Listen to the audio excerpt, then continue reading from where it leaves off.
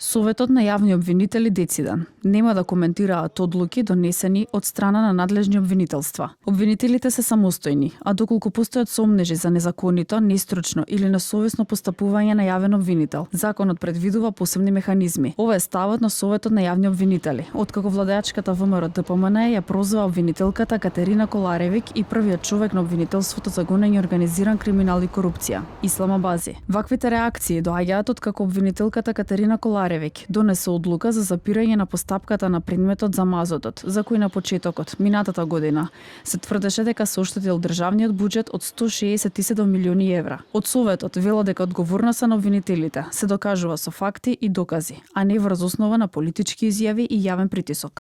Советот останува доследен на принципите на владење на правото, поделбата на власта и самостојноста на јавно-обвинителската функција, без да дозволи какво било политичко влијание врз постапувањето на јавните обвинители.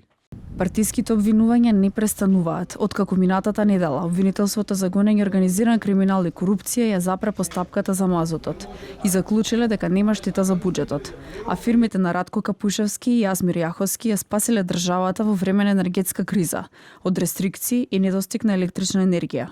Се забра постапката за РКМ и Пуцко Петрол, како и за поранешни високи функционери, меѓу кои бегалецот и поранешен директор на ЕСМ Васко Ковачевски.